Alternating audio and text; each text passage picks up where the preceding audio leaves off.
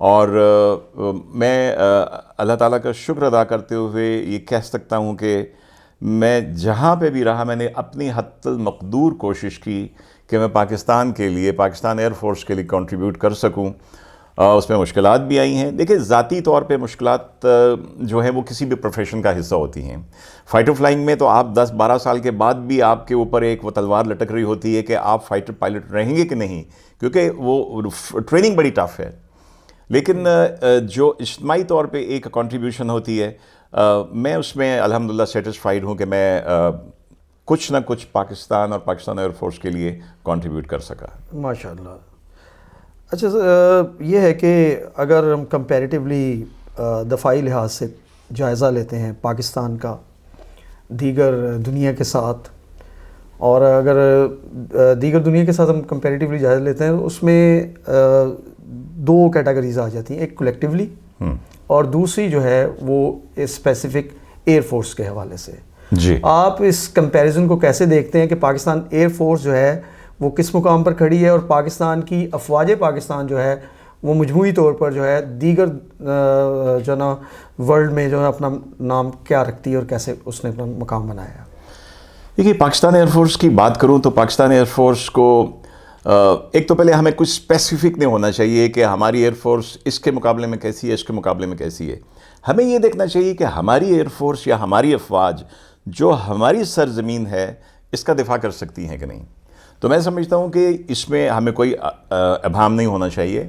Year force میں بنیادی طور پہ جو ہمارے جن کو کہتے ہیں بڑے نام، air marshal Asghar Khan, air marshal Noor Khan, انہوں نے جو بنیاد رکھی پاکستان ایئر فورس کی وہ تھی بہت سخت تربیت کے اوپر، ٹریننگ کے اوپر. ٹھیک ہے. ابھی 2-3 سال پہلے جو ابھینندن کا واقعہ ہوا، ابھینندن کا واقعہ اس لیے کہہ رہا ہوں کہ اس نام سے زیادہ پہچانا جاتا ہے، تو آپ دیکھیے کہ اس میں یہ وہ ٹریننگ تھی جو ہمارے بڑوں نے انکلکیٹ کی اور ان سے ہوتے ہوتے ان ینگ پائلٹس تک پہنچی. تو بنیادی طور پہ اگر آپ کی تربیت اچھی ہے تو پھر مشین بھی آپ کا ساتھ دے گی. ٹھیک ہے. یہ تو بڑی آپ نے جو نا اہم نقطہ جو نا اجاگر کیا.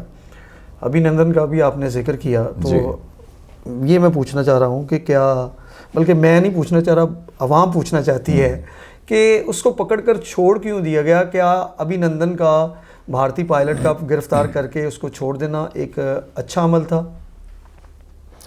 دیکھیے اس میں اگر آپ دو ممالک یا دو ایئر فورسز جو ایک تقریباً حالت جنگ میں ہیں، ایک نقطہ نظر وہ ہوگا اور ایک نقطہ نظر شاید انسانی ہمدردی کا ہوگا.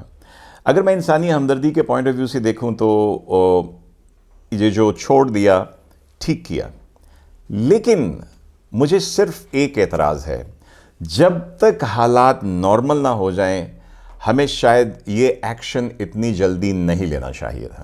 دیکھیے ابھی یہ تو نہیں ہوا کہ انڈیا نے کہہ دیا تھا کہ اس کے بعد اوکے ہم کچھ نہیں کریں گے. وہ بھی موقع کی طاق میں تھے اور شاید ہیں. تو جب آپ کے پاس ایک بارگیننگ کی چیز ہو، اس کو آپ لوز کر دیں، تو میں ذاتی طور پہ اس فوری طور پہ 24 گھنٹے میں اس کو چھوڑنے کے حق میں نہیں تھا. ٹھیک ہے. تو اگر آپ ہوتے تو اس کو یعنی کہ بارگیننگ پوائنٹ پہ ضرور رکھتے. بالکل. اس کو دیکھیں، ایک تو سیدھی سی بات ہے کہ ہمیں رسول پاک صلی اللہ علیہ وسلم کی تعلیمات بھی ہیں کہ کوئی آپ کے پاس جنگی قیدی آ جاتا ہے تو آپ اس کو حفاظت سے رکھتے ہیں، اس کا خیال رکھتے ہیں. بلکہ یہ اتنی بڑی بات ہے، اور یہ ایتھیکلی باقی بھی جو فورسز ہیں وہ بھی کرتی ہیں، کہ جہاں ابھی تک آپ کی ڈیوٹی تھی اس کو دشمن کو مارنا، جیسے ہی وہ آپ کا قیدی بن جاتا ہے آپ کی ڈیوٹی ہو جاتی ہے اس کی حفاظت کر کے اس کو بچا کے رکھنا. بالکل. تو میں اس کو بالکل ہم رکھتے، اور جب تک ہم انڈیا سے ایک ایشورنس نہ مل جاتی نارملائزیشن کی اور بیٹھ کے بات کرنے کی کہ اس کے بعد ہم ایسی حرکت نہیں کریں گے، کیونکہ انہوں نے شروع کی تھی. شروع انہوں نے کی تھی. ٹھیک ہے. تو میں شاید تب تک اس چیز کو عزت و احترام کے ساتھ کچھ اور چائے کے بعد ڈنر لنچ کے ساتھ اصل میں ان کا چائے کا کپ بھی جو نا وہ بڑا مشہور ہوا. تو چائے کا کپ جو ہے وہ بہت کم تھا. آئی تھنک مہمان کو اچھا کھانا بھی کھلانا چاہیے، لنچ بھی کرانا چاہیے، ڈنر بھی کرانا چاہیے، اور اس کو زیادہ عرصہ رکھنا چاہیے. اچھا سر، یہ ہے کہ پاکستان کے دو چہرے ہیں، پتہ نہیں آپ اس سے ایگری کرتے ہیں کہ نہیں کرتے. ایک طرف تو پاکستان کی آرمڈ فورسز جو ہے نا وہ الخالد اور JF-17 تھنڈر جو نا اس طرح کی جو نا وہ پروڈکٹس بنا کر مارکیٹ میں سیل آؤٹ کر رہی ہے. اور دوسری طرف جو پاکستان کا اپنا ادارہ فضائی ادارہ ایویشنز اور پاکستان ایئر لائن وہ زبوں حالی کا شکار ہے, وہ تباہ حالی کا شکار ہے. یہ اگر آپ اس کمپیریزن کرتے ہیں تو آپ کیا کنکلوژن نکالتے ہیں؟ اچھا, اب آپ نے ہوا بازی کے دو شعبوں کو کمپیریزن میں ڈالا ہے. بالکل سر. ایک ہے لیٹس سے ایئر فورس یا آپ نے آرمی کی اس کی خالد کی بات کی, اور ایک ہے سول ایویشن. چونکہ میرا تعلق سول ایویشن میں بھی رہا, میں اس کا ڈپٹی ڈائریکٹر جنرل رہا, کچھ دیر ایکٹنگ DG بھی رہا, اور اس کے بعد جنرل ایویشن میں نے کوئی 4.5 سال لگائے. تو فرق ہے right man for the right job. Air force میں اگر یہ ہو رہا ہے تو right man for the right job ہے. کوئی جو کیپیبل نہیں ہے وہ فائٹر پائلٹ نہیں بن سکتا, کوئی جو کیپیبل نہیں ہے وہ ایروناٹیکل انجینئر نہیں بن سکتا, وہ ایڈمن آفیسر بھی نہیں بن سکتا. تو اگر سول ایویشن میں دیکھیں, سول ایویشن ایک بہت بڑا ایک ادارہ ہے, اور وہ آپ کا ایک ارننگ ہینڈ بہت بڑا ہے ملک کے لیے. اگر اس میں right man for the right job نہیں ہوگا, اور آپ کی دیکھیں ایئر فورس میں اس میں نیت ہوتی ہے کمانڈر کی کہ میری ایئر فورس سٹرونگ ہو, اس کی تربیت اچھی ہو اور یہ اچھا پرفارم کرے. اگر یہی نیت جو ہے شعبہ ہوا بازی, سول ہوا بازی میں, اگر وہ منسٹر سے لے کے سول ایویشن کے نیچے, میں بیسیکلی ایئر لائن کا نام نہیں لوں گا, دیکھیں ایئر لائن ہے یا جو فلائنگ اسکول ہیں یہ تو یہ کنٹریبیوٹ کرتے ہیں. ان کو اگر سول ایویشن اور وزیر سے لے کے سول ایویشن کے نیچے والے آدمی تک اگر یہ ان کو سپورٹ نہیں کریں گے نیک نیتی کے ساتھ, تو سول ایویشن کا جو آج ہمارے حال ہے ایسا ہی ہوگا. Difference is right man for the right job in the force, air force, and not necessarily right man for the right job in civil aviation. تو اس کا امپلیمنٹیشن کیا جو ہے, کوئی آئیڈیا آپ کے پاس, کوئی سجیشنز؟ دیکھیں میں بدقسمتی سے یہ ساری چیزیں آج کل جو ہماری اندرونی سیاست ہے, جو ہماری انٹرنل سٹیبلٹی ہے, یہ اس کے ساتھ کنیکٹڈ ہوتی ہیں. کوئی بھی شعبہ, کوئی ملک پورا بھی نہیں اور چھوٹے شعبے بھی وہ ترقی نہیں کر سکتے جب کہ سیاسی سٹیبلٹی نہ آ جائے. تو آئی ہوپ ہمارے جتنے یہ مختلف رہنما ہیں, یہ جتنے ادارے ہیں, یہ سب مل کے سوچیں کہ یار بہت ہو گئی یار, بس کرو. ناؤ یو شوڈ کنسنٹریٹ کہ آپ انٹرنلی سٹیبل ہوں, آپ کی اکنامک گروتھ ہو, آپ کے ڈفرینٹ سیکٹرز جو ہیں گرو کریں. اگر وہ کریں گے تو یہ ادارے ترقی کریں گے. اور اس کے لیے دیکھیے, میں سول ایویشن کی آپ نے بات کی, 2016 میں انٹرنیشنل ایجنسیز کی رپورٹ کے مطابق جو ایئر لائن کا مسافر ہے اس کا گروتھ ریٹ دنیا میں سب سے زیادہ پاکستان کا پریڈکٹڈ تھا کہ اگلے 10 سال میں ایویشن میں ہوا سے سفر کرنے والے مسافروں کی جو پرسنٹیج ہے وہ بڑھ جائے گی, وہ سب سے زیادہ پاکستان میں بڑھے گی 9%, جبکہ پوری دنیا کی ایوریج تھی 4.2%. تو اس کے بعد کیا ہوا کہ ہم یہ اچیو نہیں کر سکے؟ وہی بات ہے, آپ کسی اس وقت سیاسی محاذ آرائیاں بالکل ہمیں تباہ کر کے انہوں نے رکھا ہوا ہے, اور اس کے بعد اداروں کو کوئی پوچھنے والا نہیں ہے.